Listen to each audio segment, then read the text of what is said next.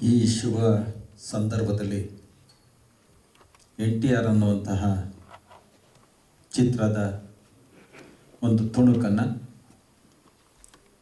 ಸ್ವಾಮೀಜಿಗಳು, ನಾಡಿನ ಗಣ್ಯರು, ಚಿತ್ರೋದ್ಯಮಿಗಳು, ನಟರು, ನೀವೆಲ್ಲರೂ ಸೇರಿ ಶುಭವನ್ನು ಹಾರೈಸಿದಂತಹ ಒಂದು ಮಹಾ ಸುದೀರ್ಘ ಗಳಿಗೆ ಅಂತ ನಾನು ಕೂಡ ಭಾವಿಸ್ತೇನೆ. ಇವತ್ತು ಇದೇ ಒಂದು ಸಂದರ್ಭದಲ್ಲಿ ಪವರ್ ಸ್ಟಾರ್ ಪುನೀತ್ ರಾಜ್ಕುಮಾರ್ ಅವರಿಗೆ ಶ್ರದ್ಧಾಂಜಲಿ ಸಲ್ಲಿಸುವ ಮುಖೇನ ಕನ್ನಡದ ಹಿರಿಮೆಯ ಅತಿ ಎತ್ತರದ ಗೌರವಕ್ಕೆ ಪಾತ್ರರಂತಹ ಪುನೀತ್ರವನ್ನು ಸ್ಮರಣೆ ಮಾಡಿದ್ದು ಅದು ಹೆಮ್ಮೆಯ ವಿಚಾರ. ನಮಗೂ ಸ್ಫೂರ್ತಿ ಆಗಬೇಕು. ಒಬ್ಬ ಮನುಷ್ಯ ಬೆಳೆದರೆ ಯಾವ ಮಟ್ಟಕ್ಕೆ ಬೆಳಿಬಹುದು ಅಂತ ಹೇಳಿ ಅವರು ತೋರಿಸ್ಕೊಟ್ಟಂಥ ಒಂದು ಮುನ್ನಡಿ ಅಂತ ನಾನು ಕೂಡ ಭಾವಿಸ್ತೇನೆ. ಹಾಗಾಗಿ ಇದೇ ಸಂದರ್ಭದಲ್ಲಿ ಮಹಾಸ್ವಾಮಿಗಳು ಮಾತಾಡಿದ್ದಾರೆ. ಇವತ್ತು ಕನ್ನಡದ ಚಿತ್ರದ ಮೇರು ನಟ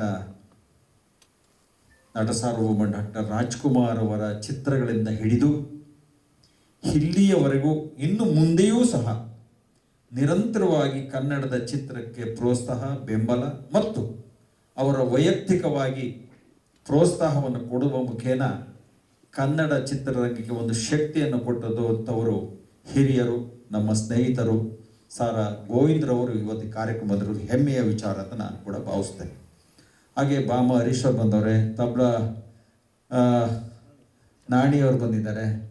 ಆಮೇಲೆ ಈ ಚಿತ್ರದ ಹೀರೋ ಕೆಂಪೇಗೌಡರು ಅಂದರೆ ಫಸ್ಟು ಇವ್ರ ಹೆಸರು ಹೋಗೋದಿಲ್ಲ. ನಟಸಾರು ನಮ್ಮ ಬೆಂಗಳೂರು ನಿರ್ಮಾತೃ ಮಾಗಡಿ ಕೆಂಪೇಗೌಡ ಅನ್ನೋದು ಫಸ್ಟ್ ಬರ್ತದೆ.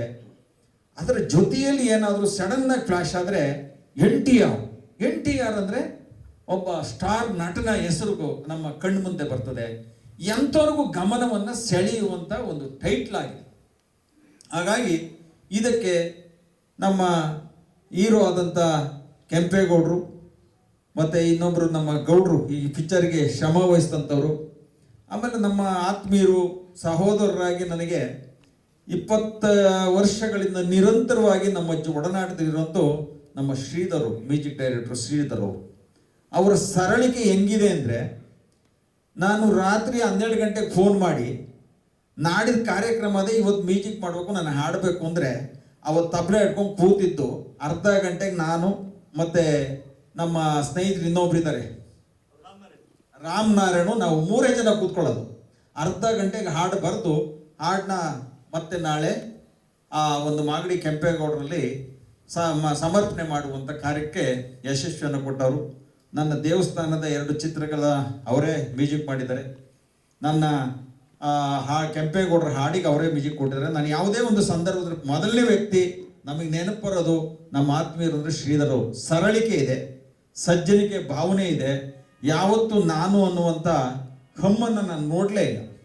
ಇಂಥ ಒಂದು ಸಹಪಾಠಿಗಳ ಜೊತೆಯಲ್ಲಿ ಸೇರಿ ಮಾಡಿರೋದಂತಹ ಈ ಒಂದು ಚಿತ್ರ ಬಹಳ ಯಶಸ್ವಿಯಾಗಿ ಕನ್ನಡದ ಚಿತ್ರರಂಗದಲ್ಲಿ ಅಭೂತಪೂರ್ವ ಹೆಸರನ್ನು ಮಾಡ್ತದೆ, ಗಳಿಕೆಯನ್ನು ಗಳಿಸ್ತದೆ.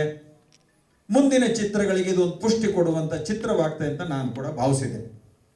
ಹಾಗಾಗಿ ಈ ಒಂದು ಚಿತ್ರ ಕೆಂಪೇಗೌಡರ ಹೆಸರು, NTR ಹೆಸರು, ಅದರ ಜೊತೆಯಲ್ಲಿ ಕಲ್ಮಶವಿಲ್ಲದಂಥ ಈ ಒಂದು ಪಾತ್ರಧಾರಿಗಳನ್ನು, ಹೀರೋಯಿನ್ನ, ಮ್ಯೂಸಿಕ್ ಡೈರೆಕ್ಟ್ರು ಮತ್ತು